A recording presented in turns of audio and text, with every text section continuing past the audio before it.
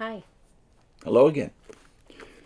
We're in part 2 of our 2 videos on The Paradise Restored to Mankind by Theocracy book. Came out in 1972, so this is its 50th anniversary.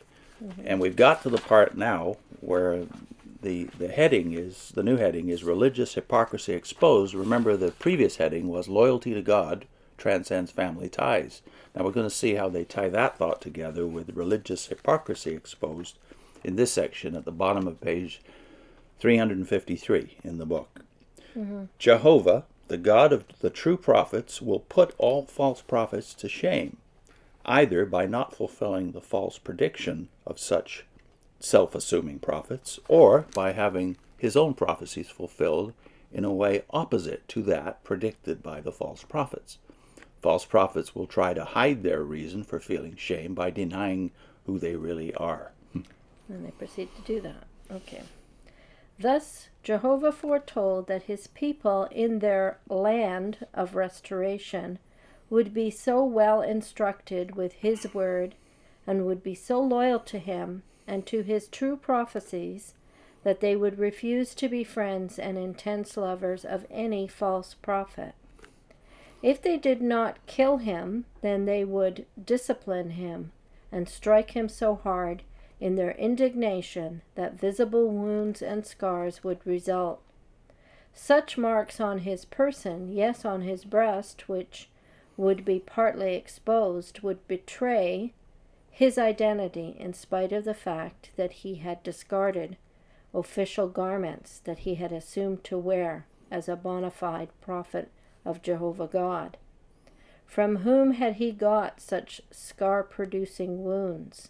From his intense lovers, whether these were his own fleshly parents or his intimate associates. However, their intense loyalty to Jehovah as the God of true prophecy would be stronger than their till then intense love for a deceptive prophet. They would place love of God and his inspired word above personal friendships with fleshly relatives or associates. Such a course would cause the prophets and the spirit of uncleanness to pass out of the land of Jehovah's repatriated people. This course of supreme loyalty to the sovereign Lord Jehovah has been the one adopted by the anointed remnant since 1919 CE. This has resulted in the disfellowshipping or excommunicating of religious apostates or rebels from the theocratic organization that Jehovah, the heavenly theocrat, has established among his obedient remnant. The loyal remnant have found out that it is not the mere official garment of hair, this referring back to Zechariah 13, false prophets, not the mere official garment of hair, nor not a professional uniform or type of dress that makes a true prophet of the one living and true God. That is why they have left Babylon the Great, including Christendom, with its distinctively garbed religious priests, preachers, monks, nuns. What makes a true prophet of Jehovah today is his true Christian personality, as his identification and his loyal adherence to Jehovah's word and its prophecies. It's no wonder, then, that Jehovah's Witnesses, while acting as ministers of God's word, wear plain business suits or the regular attire of the common people. So the loyal remnant are willing to brush aside intense love for close associates and to inflict spiritual wounds upon these in disapproval and rejection of apostates. This has kept their theocratic land a spiritual realm of clean, godly living. Grief. So what's Franz doing here? Turning the gun on the people who criticized the present organization in 1972. Yeah. And in the previous episode, in the previous section, he's basically dumped on the Russellites and the people who were loyal to who believed the first presidents. Yeah, and all their publications have now been discarded and shoved aside by Franz's interpretations of prophecies. So now you believe since 1919 what they are teaching. And this accusation, though, against Christendom. Garments of hair. What's this got to do with what you just said? It's nonsense. Given that they just said how to identify a false prophet is by the predictions they make not coming true, well... Let's reread it. Let's reread it, just to get Fred Franz's wording down. Yeah. Jehovah, the God of the true prophets, will put all false prophets to shame, either by not fulfilling the false prediction of such self-assuming prophets, or by having his own prophecies fulfilled in a way opposite to that predicted by the false prophets. I couldn't have described the history of the Watchtower better than that. This is crazy. So how is it that you can charge Christendom with this? It's not what you wear that makes you a false prophet. He highlights that they have special garments and they're wearing suits and ties, and that somehow makes them okay, and the other guy's bad. Well, again, the issue here is who is calling themselves Haggai and Zechariah, or the Jeremiah class, or the young class? Is that the clergy of Christendom? Who's giving private interpretations and claiming, I'm a prophet? And guided by the anointed, the remnant of the anointed since 1919. Yeah. They are the only anointed on earth. Yeah. They're the exclusive. I had some things written down here. You're saying you're Haggai and Zechariah. Did Haggai and Zechariah make false dates, predictions? When are you accountable for the things that you predict? Yeah. So what really Fred Franz is doing is exactly what J.F. Rutherford did in 1929 when he published his book Prophecy. He's been accused of being a false prophet because not only did he support Russell, who's been exposed as making false prophecies, but now he set his own date, 1925. That's gone by. What does he do? Rather than confess in humility that he's not a prophet after all, and not the only anointed prophet of God on earth, he starts slandering Christendom. He turns the gun on Christendom and accuses them of being false prophets. Not because they set any dates. That's something you did. So to me, it's just crazy. And they'll say, oh, we don't claim to be a prophet. But you call yourself the modern day Haggai. And you say you're the modern day Zechariah. And you call yourself the John class. Well, we've said the Jeremiah class. We've said before that the exclusive claim is what makes these embarrassments fatal to your claim. Yeah. When are you accountable? Again, what's the bottom line here? What's the last paragraph really about? Well, going back to their second last subhead about loyalty to God transcends family ties. Again, they underline that here. Talking about the remnant since 1919, this has resulted in the disfellowshipping or excommunicating of religious apostates or rebels. Now, who are these religious apostates and rebels? People who criticize J.F. Rutherford in their first case, and now Franz.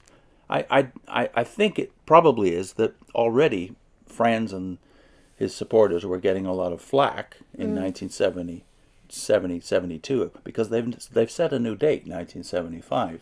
And those who are old enough to remember the other embarrassments are probably thinking this is not a good idea. Yeah, we're going down that same wrong path. Rutherford himself had said after his embarrassments, we learn not to set dates.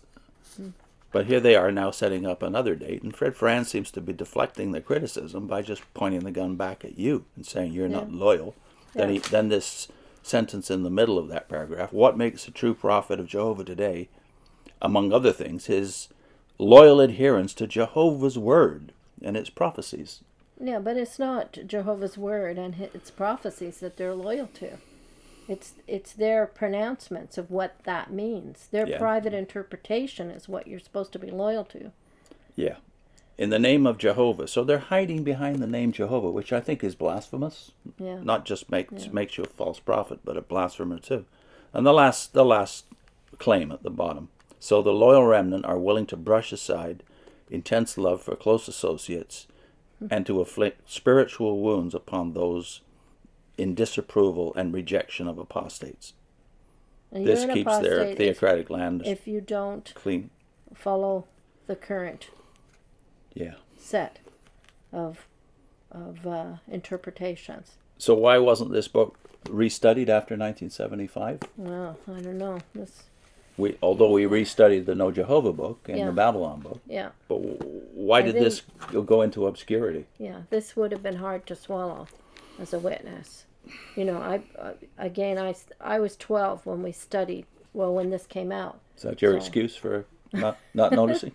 Well, you know what I think part of it is? I think part of it is I do remember feeling uncomfortable at certain studies when certain things were said, but I think they had trained me to be humble in the sense of I would always second guess myself. Mm-hmm. This doesn't sound right, but who am I? You know, I'm a 12-year-old, or I'm a 13-year-old, or I'm a 15-year-old. They must know better than I do. I remember being bothered by it, and I had friends who actually left the organization after 75. Why didn't I react that way? For one thing, I took seriously Jesus saying that no man knows the day or the hour, so I wasn't going to be hung up on it before or after. But on the other hand, I knew that the Watchtower had emphasized it. So why was I willing to forgive it? Well, two reasons really, right? Yeah, one is, I think you first of all, you'd only read back to the 50s, right? Yeah. The books back to the 50s, so you'd missed a lot of the juicy stuff from the early days. Yeah. Even though you might have been told some of those things, you hadn't actually read the materials, the older books. Yeah. So I was willing to forgive because I didn't realize this was not just once. This was after 100 years. Well, 100 years at this point of false expectations, being disappointed, misleading and I think people. the other thing that probably is true of you too is you think that there's more important things that they got right. Yeah. So you will lean on those. Mm-hmm. So for me, Paradise was something I was looking forward to. Yeah. And in my case, it was... And because I'd had all my series of proof texts, it seemed right to me. And I liked other things. That was where your heart was anyway. Yeah. But in my case, it was probably more intellectual in that I thought they had the basic doctrines correct. Yeah. Therefore, this was not that important. When you first went in, it was the war issue. You kind of liked their position, so you went in. But what you realize later as you read books like Ray Franz's book and James Penton's book is it was Fred Franz himself who was emphatic about the importance of 1975. Some of the others were probably discouraging this, but Fred Franz, as the day got closer, got more emphatic and saying things like it's a matter of months, certainly not years or decades. Mm-hmm.